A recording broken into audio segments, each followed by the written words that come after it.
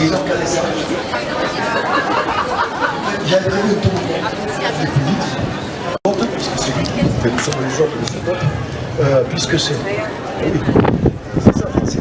Puisque nous sommes reçus par la mairie de Toulouse, et M. Francis Grasse est l'adjoint à la culture de la municipalité de Toulouse.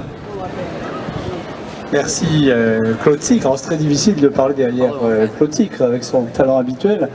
Alors je ne suis pas descendu en toboggan sur cette place, mais cette place, c'est pas celle de la mairie, c'est celle des Toulousains. Elle appartient à tous les Toulousains et je suis très heureux d'être ici avec vous tous, avec mon collègue du conseil municipal et du conseil départemental. Alors le Forum des Langues, c'est le 25e du nom. Et c'est vrai que alors les paléontologues disent que le langage articulé remonte à plus d'1 million d'années. Ça veut dire qu'il y a beaucoup d'histoires derrière, mais vous savez, il y a une légende biblique qui dit que la tour de Babel, la colère divine avait frappé la tour en créant les langues pour créer la discorde entre les hommes. Mais Claude Sicre, avec le Forum des Langues, il fait tout le contraire. C'est qu'il réunit les hommes. Et c'est vrai qu'ici, c'est réunir un peu le monde entier, hein, parce qu'il y a plus d'une centaine de stands. Et réunir le monde entier au travers des langues, c'est formidable. Et vous disiez, d'ailleurs, je le lisais ce matin, hein, dans le journal local, que au fond, Toulouse est très connue aussi grâce au Forum des langues, dans beaucoup de pays, par cette idée, cette initiative que vous avez su créer. Alors c'est vrai que Toulouse est connue pour ça, mais Toulouse finalement depuis des siècles et des siècles c'est une terre d'accueil, c'est une terre où les cultures se sont toujours croisées, c'est une vertu de Toulouse. Et au fond, c'est aussi pour ça, sans doute, que Toulouse est une ville de tolérance. C'est une ville qui respecte tout le monde, à Toulouse et ailleurs. Et donc, je crois que dans ce monde qui en a énormément besoin, je crois que la vertu de ce festival, c'est d'abord ça. Et pour ça, il faut vous remercier de cette idée ancienne que vous avez inventée, même comme si on ne paye pas les inventeurs pauvres, mais là c'est une idée peut-être qui ne coûtait pas cher, mais en tout cas elle est fondamentale. Et bravo à Claude Sicre, mais surtout je voudrais terminer en disant bravo à tous ceux qui vous entourent, à tous les bénévoles, parce qu'on leur doit aussi, ainsi qu'à vous, un très très grand merci. Bravo à eux. Voilà. De la culture, et il y a une chance, c'est que la nouvelle ministre de la Culture est mon éditrice. Ça tombe bien. C'est l'éditrice de nos bouquins pour les enfants, d'Escambia, tout ça. Ça tombe bien. Et donc je pense qu'elle va nous donner des grands encouragements sur le travail toulousain. Oui, je l'espère. Bonjour à tous. Donc, je suis Gaëté Venou, je représente donc la délégation générale à la langue française et aux langues de France, qui est le dispositif du ministère de la Culture qui oriente, coordonne la politique linguistique de l'État français vis-à-vis de la langue nationale, mais aussi vis-à-vis de toute la diversité linguistique de nos territoires. Et nous considérons que c'est une grande richesse. Enfin, nous considérons aujourd'hui, l'État considère aujourd'hui que c'est une grande richesse, ça n'a pas toujours été le cas. Alors le fait qu'on soit rattaché au ministère de la Culture n'est pas anodin, ça montre que justement les langues sont une composante très importante de la culture.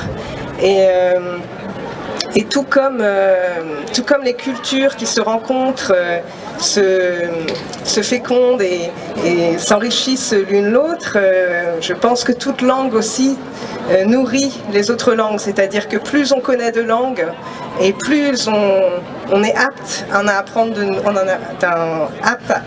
de nouvelles.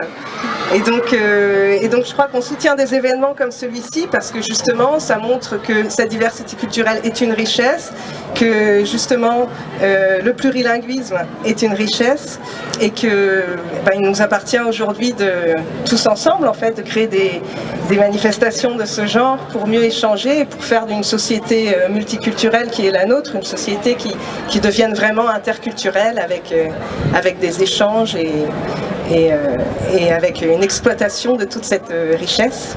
Voilà.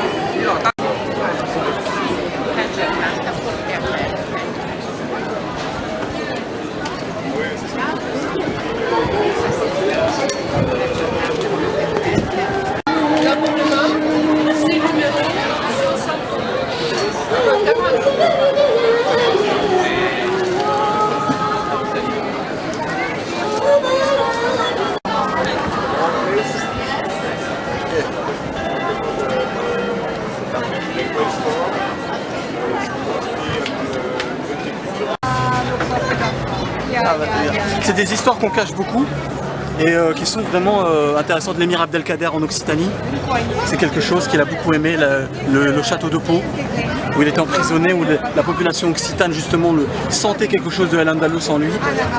Donc il a été vite déménagé. Alors Abdelkader, est-ce qu'il n'est pas considéré comme quelque part un traître? Non. Pas du tout, par certains... Non, d'accord. Quand on perd, on n'est pas un traître quand on a perdu. Si je vous dis Jugurtha, vous connaissez Jugurtha? Un peu. Par Suétone. Oui, d'ailleurs Abdelkader était surnommé Jugurtha moderne. Voilà, le guerrier par excellence de l'Afrique du Nord qui n'était pas l'Algérie à l'époque.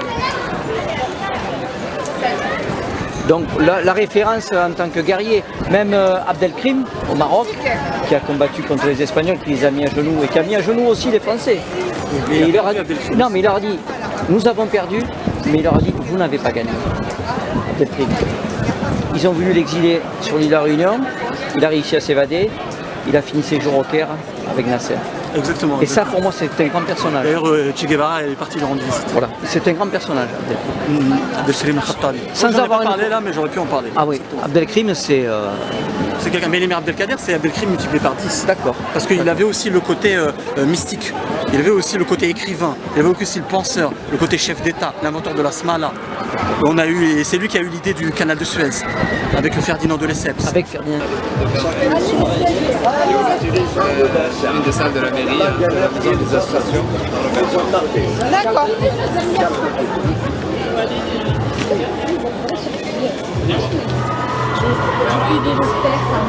J'espère que ça marche.